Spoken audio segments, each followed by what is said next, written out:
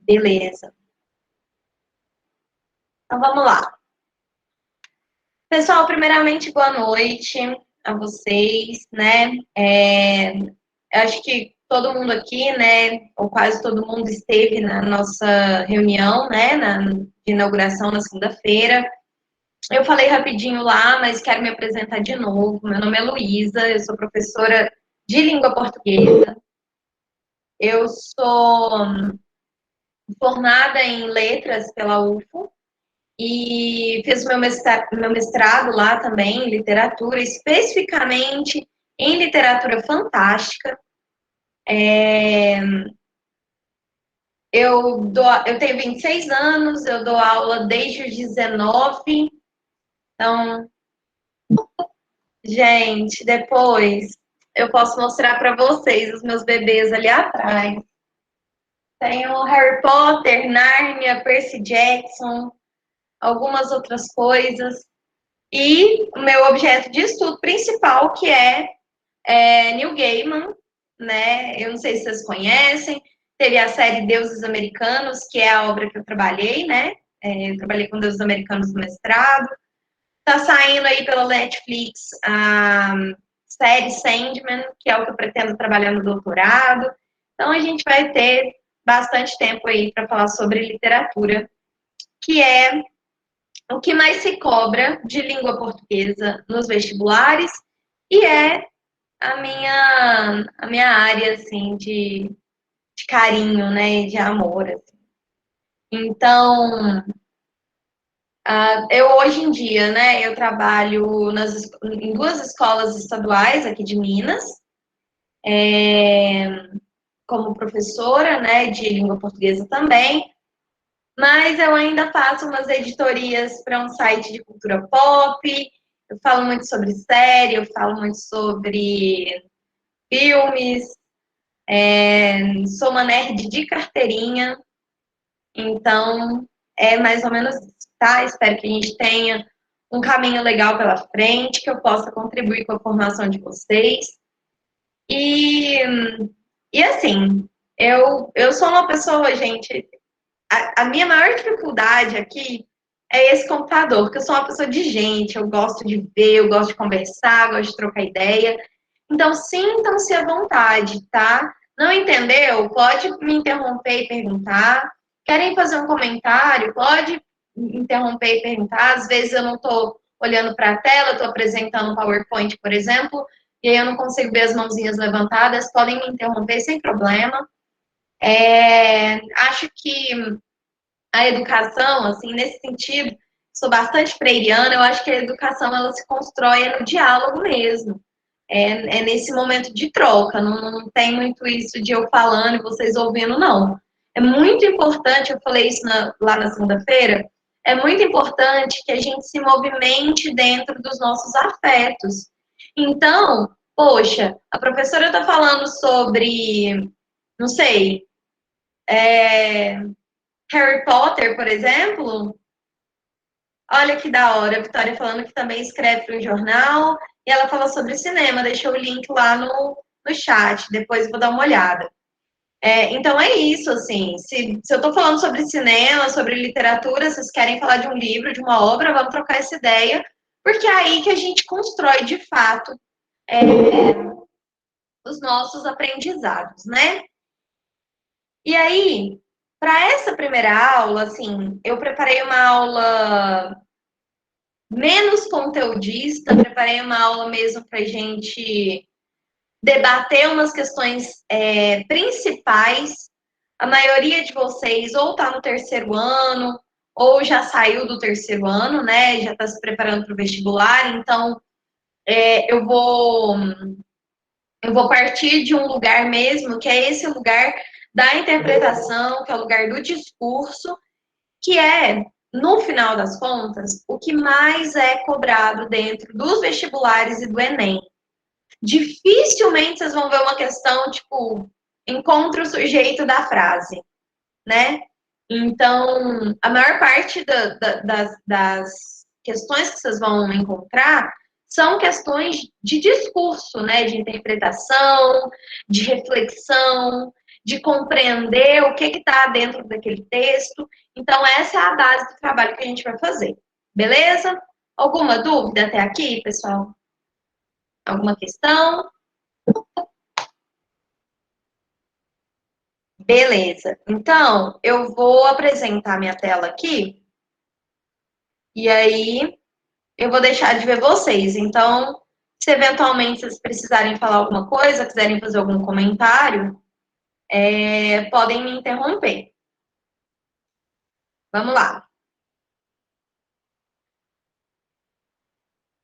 Bom, a nossa primeira aula, na verdade, é uma aula mesmo de debate. É uma aula em que a gente vai refletir sobre o que é. Eita.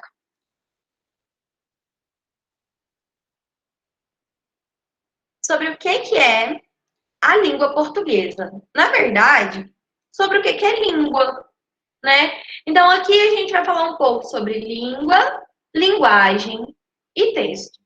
Mas antes, e aí eu vou precisar olhar aqui para vocês de novo, eu quero saber quem aqui é bom em português, quem sabe, quem fala bem português, quem é bom em português. Vai levantando as mãozinhas aí só para ver o negócio.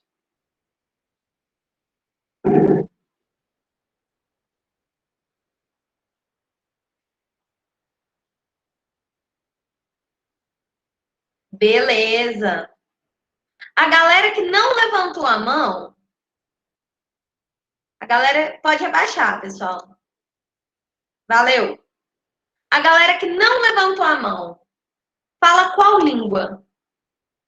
Porque talvez eu tô falando aqui, né, me apresentando em português, às vezes vocês não estão me entendendo, tá a galera aí falando grego, aí fica um pouco difícil. Pode falar, Gabriel, quer comentar? Ah, não, é porque vocês são bons em português também, né? Quando a gente fala, né, vou parar minha apresentação de novo. Quando a gente fala em quem é bom em português, na verdade, todo mundo aqui é, a não ser que fale outra língua.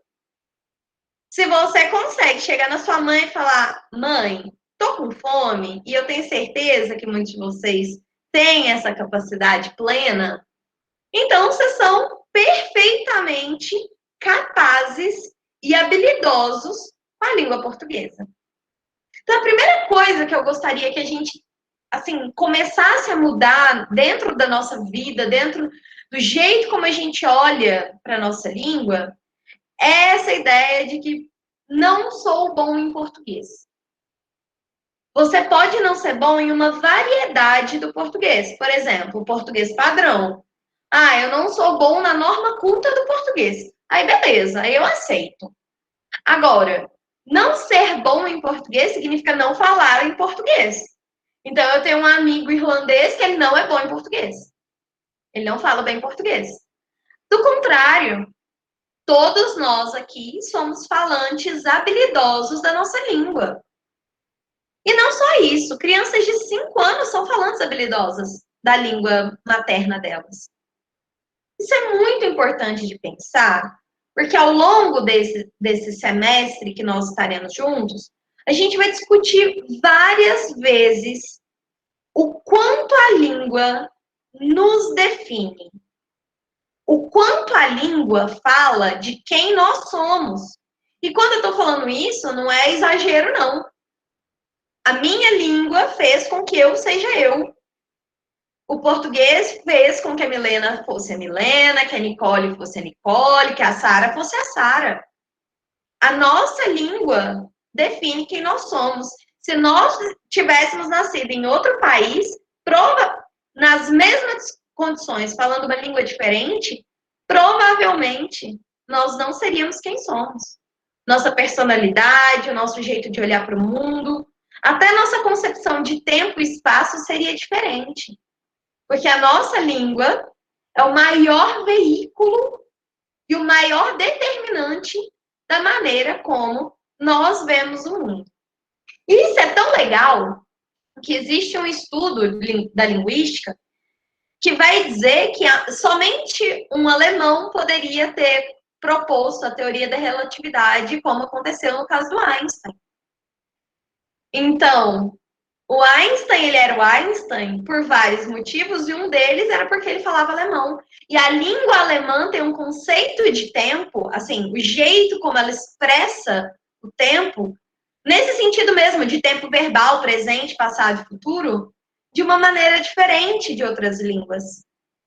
E isso molda o jeito como a gente vê o mundo. Então, vamos aí para a minha primeira. Sou de exatas. Vamos aí para a minha primeira indicação, né? Porque professor de português faz isso, da indicação. Já vou colocar aqui, ó, A Chegada, 2016, eu acho. Deixa eu pesquisar aqui.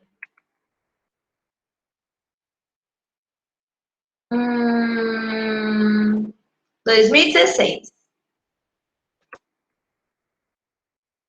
É um filme. Eu acho que ele está disponível na Netflix. Ele é uma obra-prima, assim, por vários motivos, inclusive por falar sobre esse conceito da língua, de como falar uma língua pode modificar a forma como você percebe a realidade. Tá aí um filme maneiríssimo. Não é aquele filme chato de professor, não. Vai, sabe, aquele filme lento, aborrecido. Não é, gente. Inclusive concorreu ao Oscar, ele é fenomenal.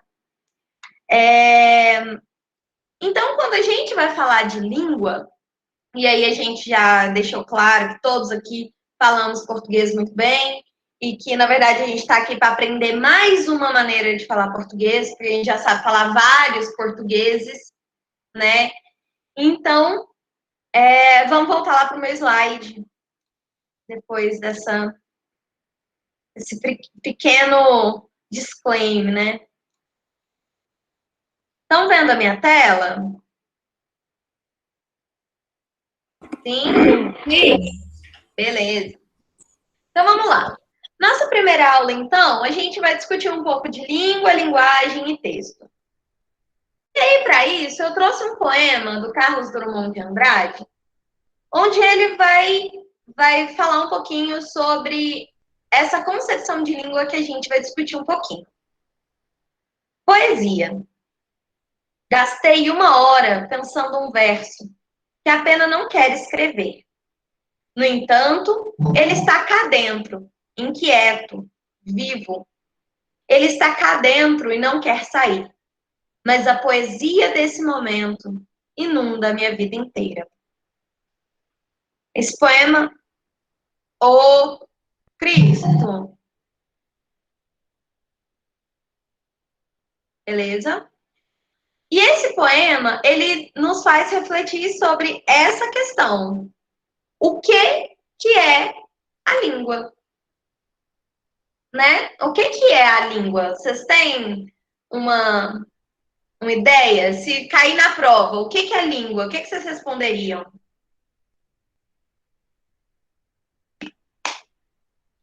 E aí eu não consigo ver vocês. Peraí, vou ter que voltar para a tela.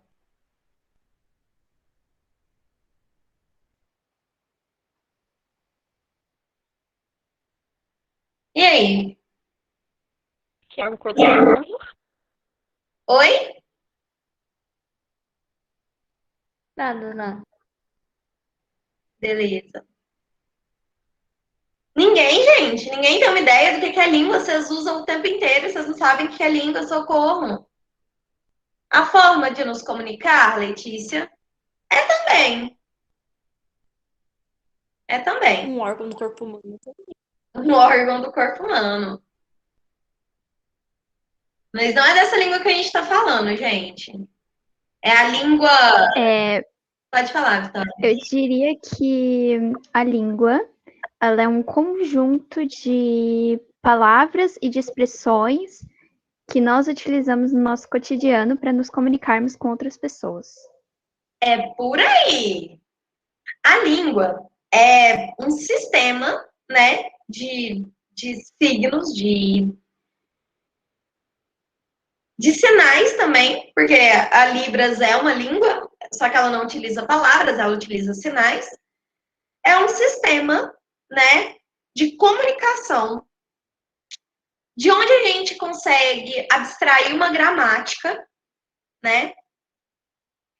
E ela é, antes de mais nada, um sistema lógico do pensamento humano. Isso é muito importante que vocês entendam. A língua é um sistema lógico do pensamento humano. Ela é uma estrutura. Vamos imaginar, beleza? Que dentro da nossa cabeça, tipo divertidamente, dentro da nossa cabeça, existe um prédio com vários andares. Certo? É como se a língua fosse esse prédio. E dentro de cada andar tivessem outras funções do pensamento humano, outras funções cognitivas. Por exemplo, a razão é um andar. A sensibilidade é outro andar.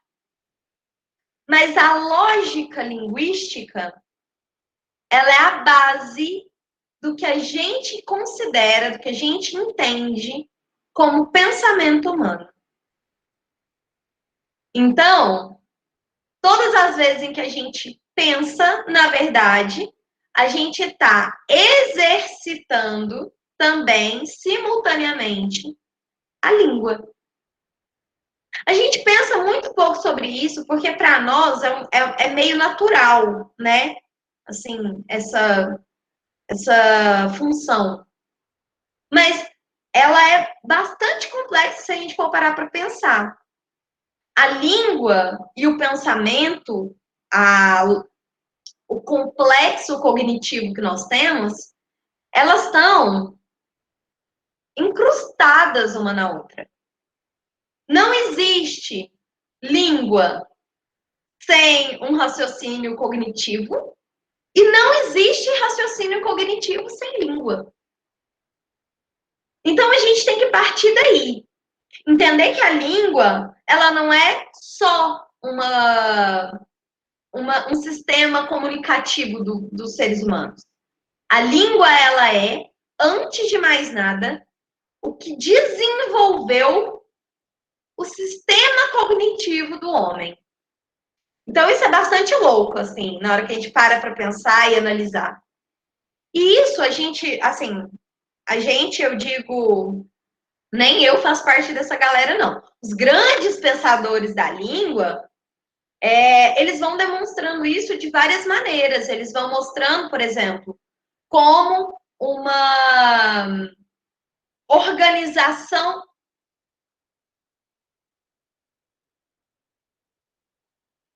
sério, como uma organização custosa sem tanto.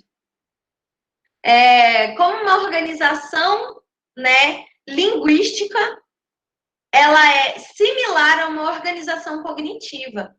Existe um monte de pesquisa que vai falar, por exemplo, da relação que existe entre o jeito como nós concebemos o tempo e o espaço por causa da língua que a gente fala. Então, a partir daí, a gente começa a pensar nos atravessamentos que tem que passar pela língua para que se realizem num universo que a gente vai chamar de real, universo material. A língua, ela tem que atravessar tudo, o tempo todo. Eu vou dar um exemplo para vocês, porque isso pode estar parecendo meio abstrato. Por exemplo, nós aqui, da língua portuguesa, quando eu falo de tempo, por exemplo, eu digo assim, daqui uns minutinhos ele chega. Daqui uns minutinhos ele chega. Essa é uma ideia de tempo, né? Daqui um pouquinho de tempo ele chega. Se eu estou viajando de carro, e aí eu falo, nossa, qual é a distância? Tipo, de Uberlândia para Catalão, por exemplo. Qual que é a distância? Ah, vai umas 2 horas. O que eu estou fazendo? Eu estou fazendo uma coisa que a física começou a fazer lá no começo do século XX, que é unir o conceito de tempo e espaço na minha fala. Por causa do jeito como eu compreendo o tempo e o espaço. Então, eu não falei são tantos quilômetros, eu falei vai umas 2 horas. Eu passei a medir o espaço com uma medida de tempo, linguisticamente. Isso, na língua portuguesa, a gente vai chamar de advérbio. E quando a gente pega esse advérbio para analisar, ele é um advérbio de quê? De tempo ou de espaço? Não sei. Porque é um advérbio de tempo, são 2 horas, mas eu estou me referindo a uma medida espacial. Então, a gente volta lá naquilo que eu falei a respeito do Einstein. Einstein foi um cara que desenvolve uma teoria justamente porque a língua alemã tem conceitos de tempo, essa ideia de presente, passado e futuro, que no português é muito bem definido. No inglês nós temos umas oscilações e o alemão, como irmã gêmea do inglês, também tem essas oscilações. Então, no português, por exemplo, a gente não tem o presente contínuo. É só presente. No inglês, se você repete uma tarefa várias vezes durante um período de tempo, é o que eles chamam de presente contínuo. Olha que ideia legal. O tempo, o presente não é o agora. O presente é aquilo que eu repito durante um período de tempo. E isso não é verdade para todas as línguas. Se a gente tem, por exemplo, na língua francesa, isso não acontece. No espanhol, isso não acontece. Então, a gente tem que partir desse lugar aqui, né? Eu quero estabelecer um lugar comum para todos nós. Que lugar comum é esse? É a ideia de que a língua, ela é, primeiro, uma construção lógica do pensamento humano. Então, a língua constrói e é construída ao mesmo tempo, numa via de mão dupla, pelo pensamento humano. Segundo, ela modifica a maneira como a gente vê a realidade. Tem um exemplo, eu estava tentando fugir dele, mas só para deixar assim, para fechar isso, para a gente passar para o próximo assunto, que é a ideia. Existiu um teórico chamado Sapir, que ele falava que existiam, assim, a língua modificava tanto o jeito como a gente viu o real, que ela mudava a percepção dependendo do lugar onde você estava. Então, por exemplo, existe uma tribo esquimó que tem mais de 20 palavras para neve, porque eles vivem nesse lugar. Então, distinguir os tipos de neve é muito relevante para eles. Eles dependem disso. Outro exemplo, no Saara, ele só tem uma palavra para chuva, chuva. Aqui a gente tem um monte de palavra para chuva. É chuva, chuvisco, garoada. A minha mãe fala, tá chovendo canivete. São níveis de chuva. E essas distinções linguísticas, elas são modificadas pela realidade e elas modificam o jeito como nós percebemos essa realidade. Porque eu te garanto que se a gente vai para um país que neva, para a gente é neve. Não é nevezinha, nevezona, neve grossa, neve dura, não é. É neve. Porque isso não é relevante para o nosso contexto. Isso ficou claro, pessoal? Tá claro até aqui?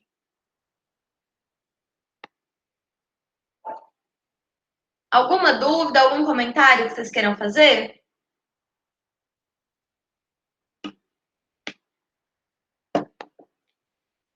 Sucesso. Então, vamos continuar. E aí, por que é que eu trouxe... Eita, peraí. Esqueci de apresentar a tela.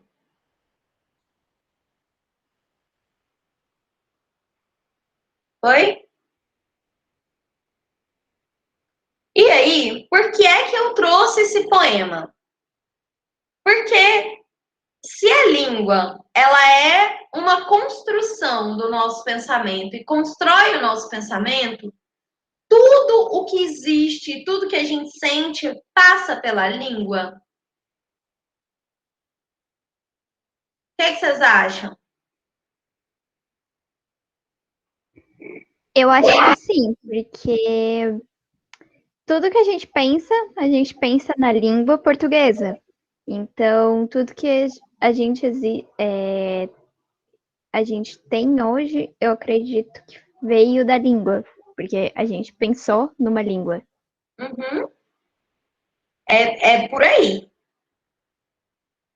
A língua, ela é como se fosse uma.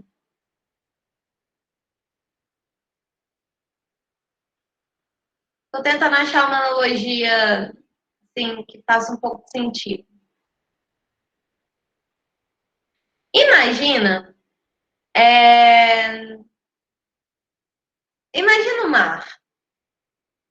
O mar ele está ali e eu posso colocar 7 bilhões de pessoas, que é o que existe na Terra, cada um com um baldezinho, e peço para tirar um pouquinho do mar e ficar com seu baldezinho. Então você tem o seu próprio marzinho ali. A língua é como se fosse isso. Cada palavra é um baldinho de mar. Mas o mar é muito maior do que 7 bilhões de baldinhos. A língua é a mesma coisa. O que a gente sente é muito maior, mas assim, muito maior do que o mar. Ó, que o mar, aliás, que a língua. Muito maior. Só que a língua, ela é o nosso jeito de acessar esse mar. É o nosso jeito de pegar um pouquinho desse mar e se apropriar desse mar. É isso que a língua faz. É muito comum, com certeza, vocês que estão na adolescência, e a adolescência é um período bastante complicado, é um período em que a gente tem muito coração e às vezes a gente não sabe muito bem como lidar com tudo que a gente está sentindo. E eu tenho certeza que muitos de vocês já passaram por isso, de ter esse sentimento de tipo, eu tô inundada, eu tô transbordando e eu não tenho palavra para falar isso. É isso que o Carlos Drummond está falando nesse poema. O sentimento, ele é muito maior do que a língua. Mas a língua é o nosso único acesso àquele lugar, àquele sentimento. Então, nem tudo que existe está na língua, mas a língua é o único acesso que nós temos às coisas que existem. É como se fosse o mundo da Alice, sabe?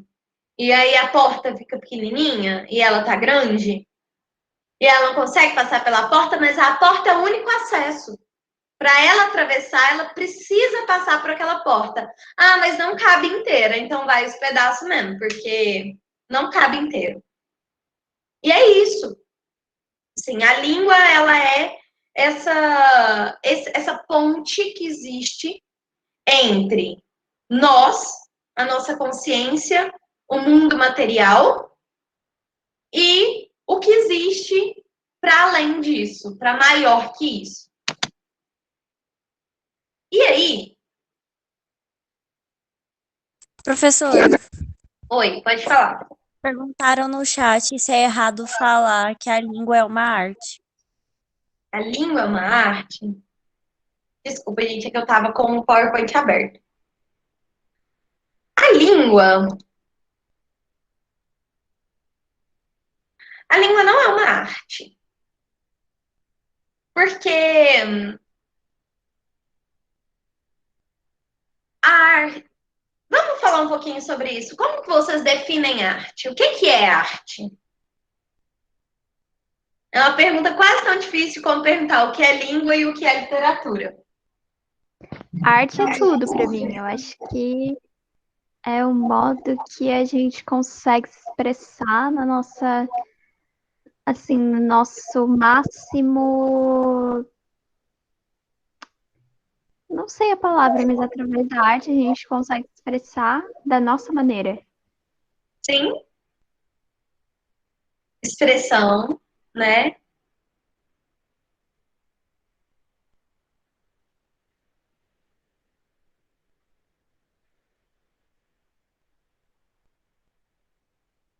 Exato. A gente tem a música sem usar a língua, expressar sentimento.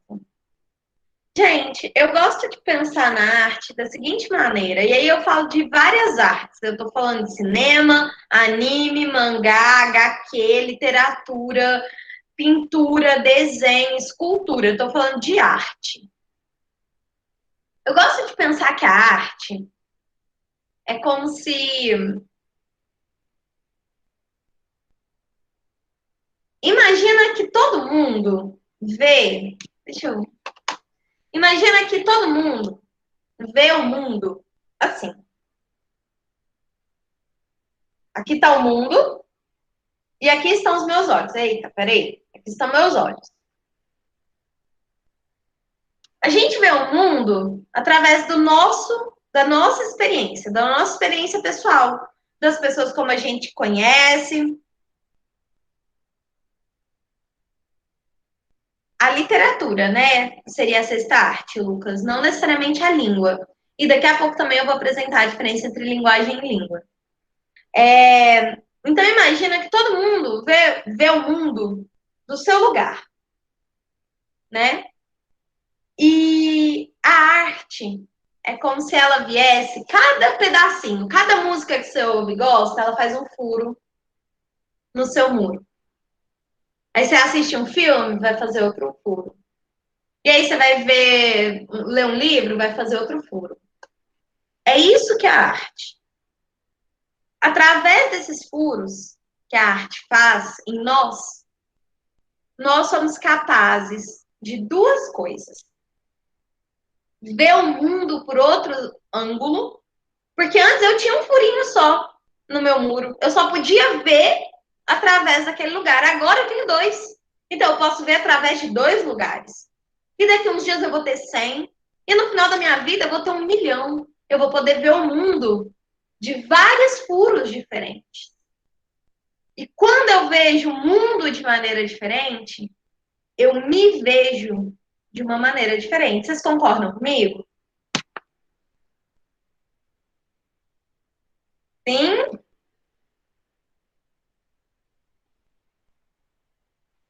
A gente muda quando a gente encontra uma coisa que nos move.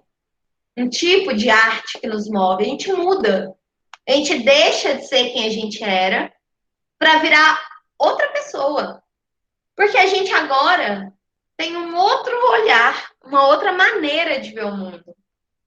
Vou dar um exemplo para vocês. Todo mundo aqui já assistiu Up, Altas Aventuras da Pixar? Conhecem? Filme maravilhoso, 15 minutos você tá chorando, sabe? Implorando assim para sua mãe, colo, falando: mãe, por favor, vem aqui me adular.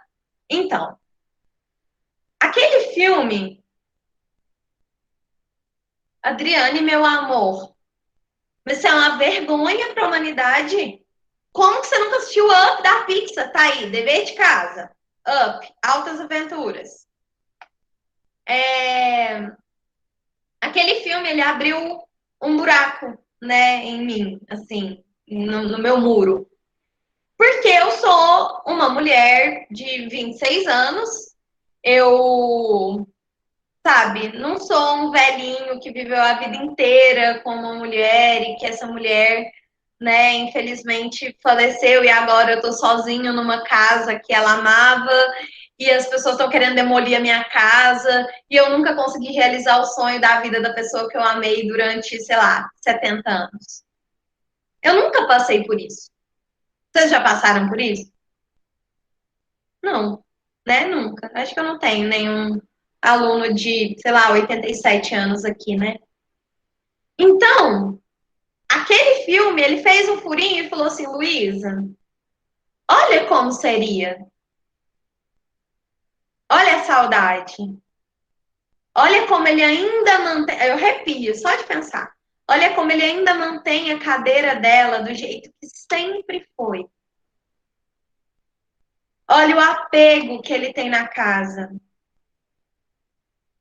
Olha o retrato. Olha a história dos dois. Olha a jarra cheia de moeda. Isso é abrir um furo e falar, Luísa, olha a vida por esse outro ângulo agora. Deixa de ver a vida como uma mulher de 26 anos, que teve a sua experiência, e passa a olhar agora como a mulher de 26 anos que teve essas experiências e agora também pode enxergar um vislumbre do que é um senhor idoso com 80 e poucos anos. E isso me mudou não só em relação ao filme, me mudou também no jeito como eu vejo as pessoas mais velhas.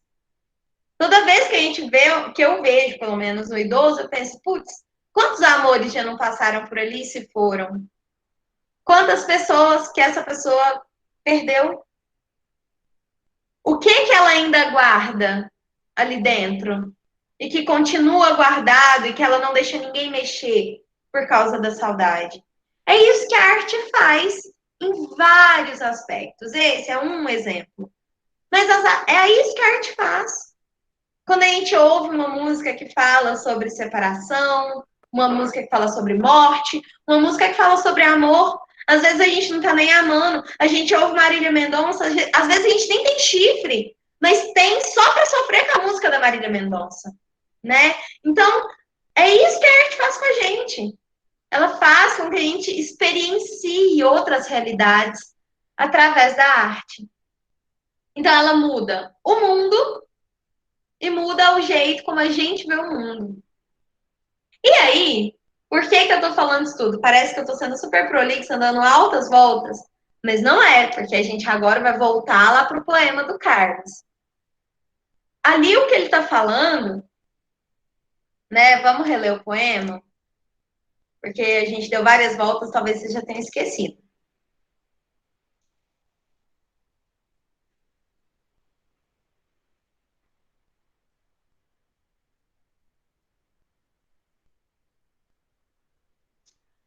Então vamos ler de novo. Poesia. Gastei 1 hora pensando em verso, que a pena não quer escrever. No entanto, ele está cá dentro, inquieto, vivo. Ele está cá dentro e não quer sair. Mas a poesia desse momento inunda a minha vida inteira. Olha que legal! Aqui o Carlos está falando justamente desse mar que a gente comentou. Depois que ele pegou todas as baldadas de mar que ele podia, o mar ainda estava lá e era muito maior do que os baldes. Então ele tenta enganchar os sentimentos em um verso, mas não vem. E isso faz com que não exista? Não faz. Ele ainda está inundado por aquele sentimento. Mas nem sempre a língua é capaz de alcançar esse sentimento. Nem sempre a língua vai ser capaz de traduzir, de trazer para a materialidade, para o mundo real, o sentimento que a gente tem.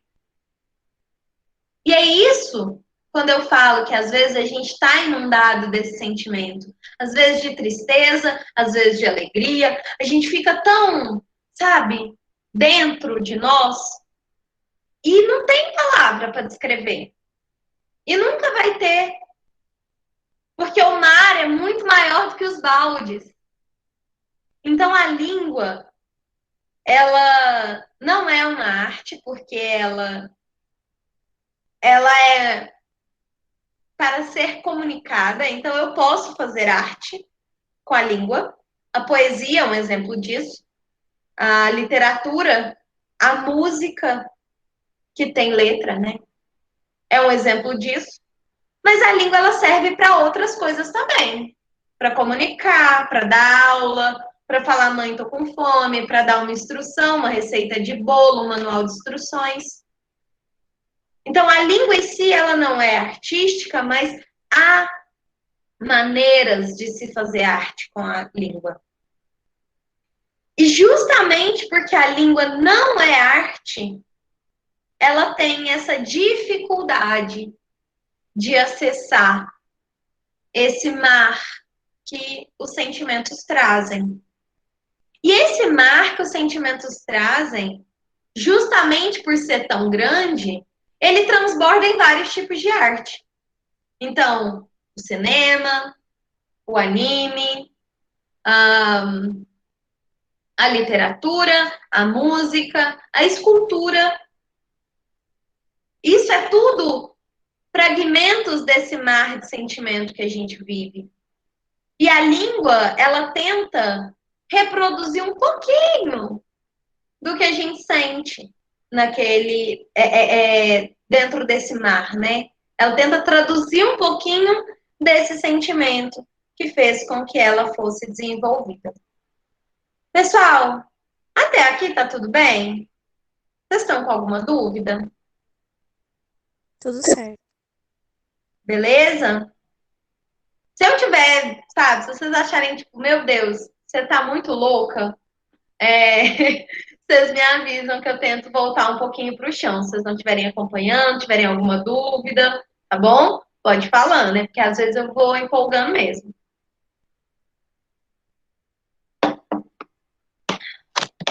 E minha água acabou. Bom, então vamos lá para a gente encerrar essa aula hoje, para eu falar um pouquinho, então, depois da gente ter essa noção de língua, de arte, vamos falar um pouquinho, então, do que é que a gente vai trabalhar ao longo do semestre, né? Para a gente entender melhor o que vai acontecer nas próximas aulas. E para isso, a gente vai precisar entender alguns conceitos, beleza?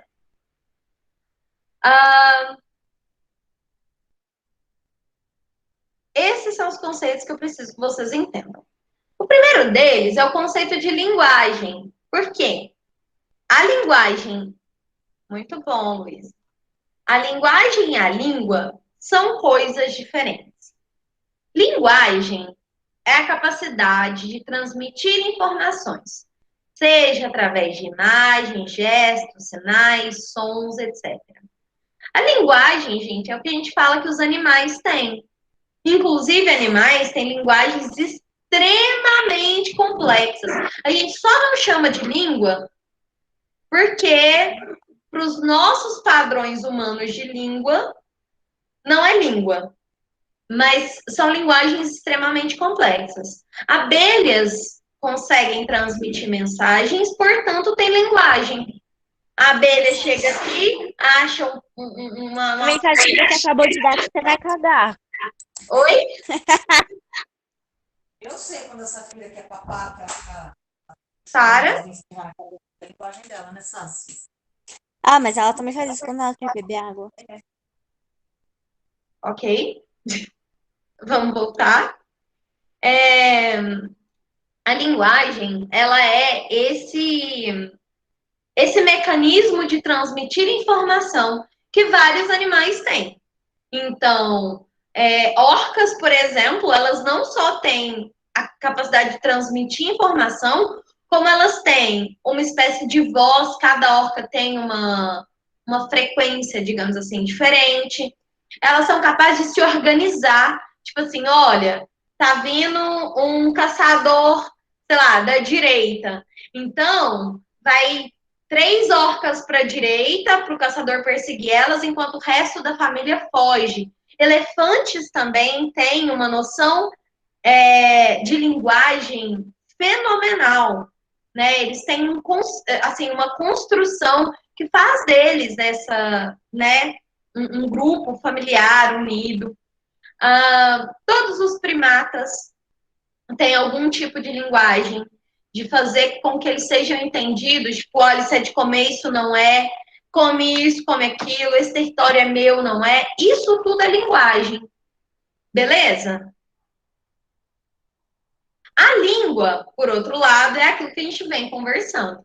A língua é um sistema organizado de sons ou sinais. Esse organizado é muito importante, pessoal, porque é através dessa organização que nós conseguimos transmitir conhecimento. A linguagem não consegue transmitir conhecimento. Por quê? Porque um indivíduo hoje, vamos supor, um primata está tentando quebrar um coco, não dá conta, ele pega um pedaço de pau, bate no coco. Ele aprende que se ele pegar um pedaço de pau e bater no coco, vai abrir, certo? Só que ele pode mostrar para o coleguinha, falar, olha o que eu aprendi a fazer. Mas comunicar isso ele não consegue. Então, eles não conseguem passar essa informação de geração em geração e ir acrescentando informação em cima disso. Eles não conseguem pegar, hoje eu peguei um pedaço de pau. Pera, mas e se eu pegar esse pedaço de pau e afiar o pedaço de pau e perfurar? Será que não dá certo? Meu pai tentou com um pedaço de pau, eu vou tentar afiar? Então, eles não têm essa condição de transmitir conhecimento. E conhecimento é organizado, ele é sistemático. Ele não é só uma informação, né? Então, a língua é um sistema organizado de sons ou sinais. Eu sou capaz de transmitir conhecimento através da língua, né? Então, o que eu estou falando para vocês aqui hoje, vocês serão capazes de falar amanhã para os filhos de vocês, e os filhos de vocês vão ser capazes de falar para os netos, e assim sucessivamente. É assim que a gente chegou aqui hoje, certo? Então, é muito importante que a gente entenda a diferença entre língua e linguagem. Por isso, por favor, nunca se refiram a Libras como linguagem de sinais. Não é linguagens. Libras é língua. E é língua porque ela é um sistema organizado de sinais. Ok? Dúvida? Dúvida nesses conceitos? Muito importante que vocês entendam essa diferença. Beleza, então. Por fim, a gente vai falar então, e é sobre isso que a gente vai falar o ano inteiro. Claro que aprofundando aqui, é só um geralzão mesmo para vocês entenderem o que a gente vai fazer ao longo desse ano. A gente vai falar o ano inteiro de texto e textualidade. O texto, ele é veículo de uma informação ou narrativa sistematizada através das formas de comunicação. O texto, ele pode ser um texto escrito, pode ser uma imagem, pode ser um texto e uma imagem. Então, o texto, ele é uma organização narrativa ou de informação. A textualidade são as características que são capazes de garantir que algo seja percebido como um texto. Como assim, Luísa? Bom, se eu tenho um monte de frase, um monte de palavra jogada numa tela, não é texto? Se eu chegar para vocês e falar assim, mamão, lâmpada, mesa, jabuticaba, ir, janela, gato, bala, comer, azul, vermelho, laranja e... Por quê? Isso é um texto? Isso não é um texto. Isso é um monte de palavras jogadas aleatoriamente. Por mais que eu coloque uma palavra, espaço, outra palavra, espaço, outra palavra, não faz um texto. Eu preciso de algumas características para garantir que um conjunto de palavras, ou um conjunto de imagens, ou um conjunto de palavras e imagens, seja um texto.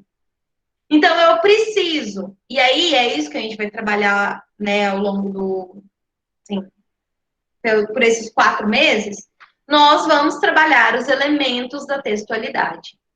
A gente vai falar sobre coerência, coesão, intertextualidade, ultratextualidade. A gente vai falar sobre nível de informação de um texto, se é um texto com muita informação ou pouca informação. A gente vai trabalhar tudo isso para quê?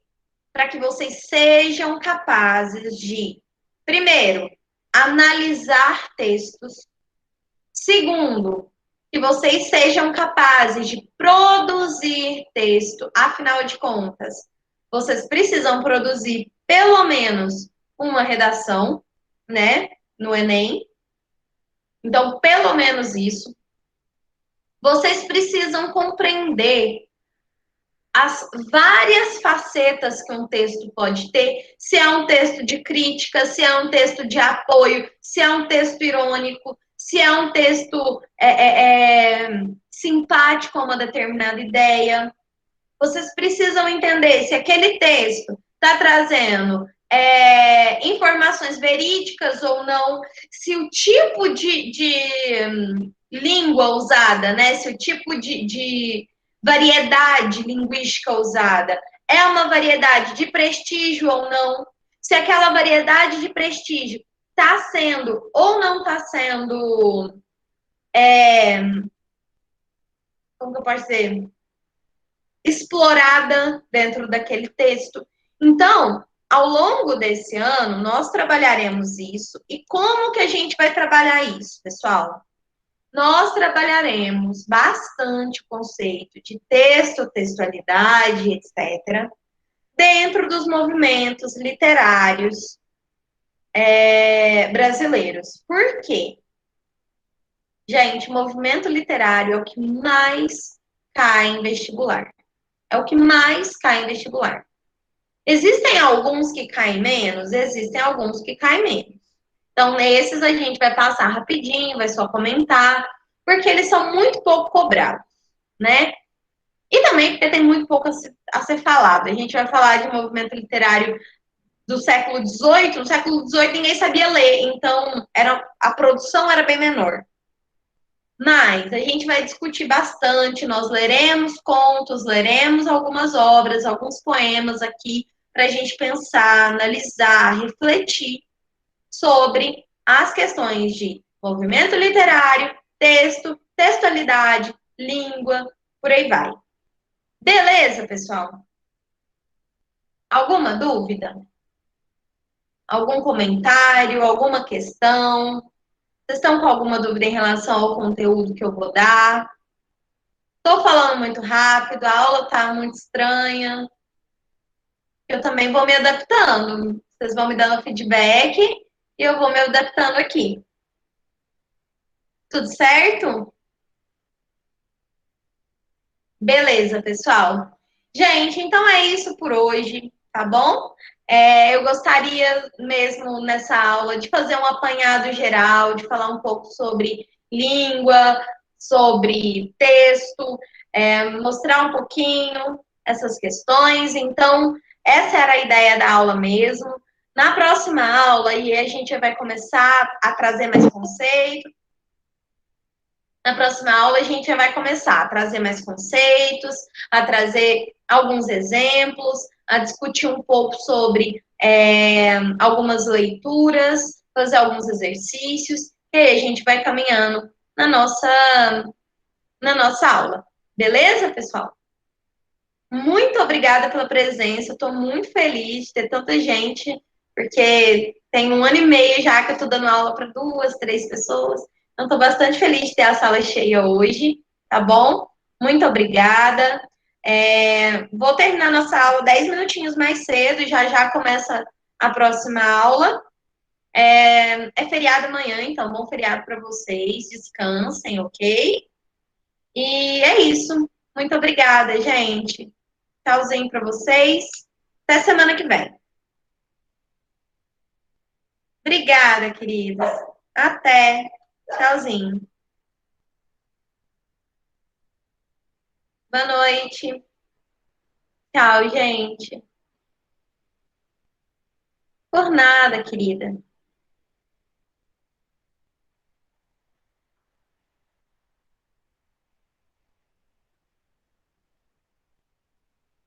Vou parar a gravação.